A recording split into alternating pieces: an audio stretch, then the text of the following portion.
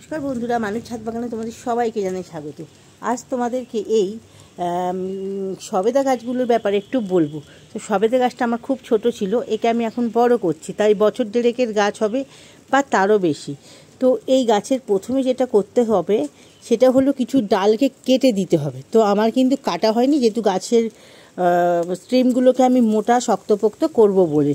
তো ফুল আমি এবারে হয়েছে প্রচুর, তা ফল নেব, কিন্তু ফল নেবার আগে অনেক ইউটিউবে ভিডিও দেখলাম যাদের গাছে ফল হয়েছে, তারা কিন্তু এইগুলোই বলছে যে এই ডালগুলোকে কেটে দিয়ে একটা একটা করে পাতা রাখলে নাকি সেই গাছে গুটি ধরবে। তো এই বর্ষাকালে এই গুটিগুলো থেকে ফল হবার জন্য যেটা করতে হবে তোমাদের, সেটা হলো যে কিছু খাবার দিতে হবে। এই সবেদা গাছে কিন্তু প্রচুর খাবারের প্রয়োজন হয়, আর এই গুটিগুলো খুব ঝরে যায়, তোমরা সবাই জানো।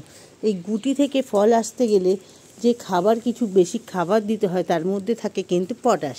চলো আমি এই খাবার একটু বানিয়েছি, সেটা তোমাদের দেখিয়ে দিই কীভাবে তোমরা সেই খাবারগুলো বানাবে এবং কিভাবে বর্ষাকালে দেবে।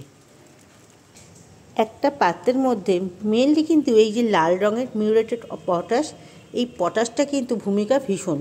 পটাশ কিন্তু ফুল থেকে ফল আনতে সাহায্য করে এবং ফুল ঝরে যাওয়া রোধ করে। তো এই পটাশের সাথে যেহেতু বৃষ্টি পড়ছে, তার সাথে এই যে সবুজ রঙের আমি ফাঙ্গিসাইড নিয়েছি সাফ। আর এই যে গলে যাওয়া অংশটা দেখছো, এই যে এই অংশটা হলো এপসাম সল্ট, যেটা গলে গেছে। আর কালোটা হলো অল্প ডিএপি, এটা হলো ফসফেট, সিঙ্গেল সুপার ফসফেট। আর এটা অবশ্যই কিন্তু দিতে হবে বোরন, এই দিয়েছি। আর এইটা হলো আমার বাড়িতে থাকা দানাযুক্ত মাইক্রোনিউট্রিয়েন্টস খাবার বা অনুখাদ্য, তোমাদের কাছে থাকলে দিতেও পারো, নাহলে তোমরা ওয়াটার বেস হিসাবে বা ভিটাএক্স, তারপরে অ্যাগ্রোমিন গোল্ডও পাতায় স্প্রে করতে পারো। এটা তোমরা স্কিপ করতেই পারো, কিন্তু দিতে হবে এইগুলো। তাহলে সাদাটা হলো বোরন, লালটা হলো লাল পটাশ মিউরেট অফ পটাশ, সাদাটা হলো ফসফেট, কালোটা হলো ডিএপি, আর এখানে গলে যাওয়া অংশটা হলো এপসাম সল্ট। আর এটা ফাঙ্গিসাইড হিসাবে আমি সার ব্যবহার করেছি। এবারে এই মিশ্রণটাকে আমি এখানে আমি 3টে গাছের জন্য বানিয়েছি। তবে আমার যেহেতু এখন তো বৃষ্টি হচ্ছে, বেশি দিয়ে লাভ নেই, তো আমার যে সাইজের টব তাতে 2টো লেবু গাছ হবে আর একটা সবেদা গাছ হবে। তো আমি কিছু কিছু অংশ এখান থেকে একটুখানি মেখে নিই। চলো, ধরো এই পাটটুকুকেই আমি মাখছি।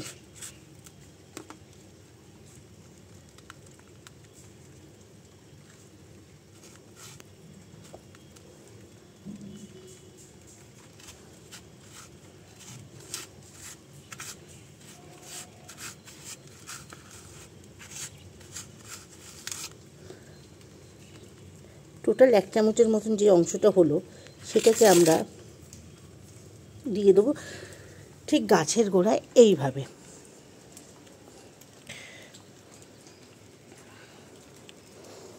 এই গাছের গোড়াতে এই 1 আঙুল করে এখন ভিজে আছে, যেহেতু এই 1 আঙুল করে গর্ত খুঁড়ব, একটু করে অংশ ঢুকিয়ে দেবো গাছের গোড়ায়।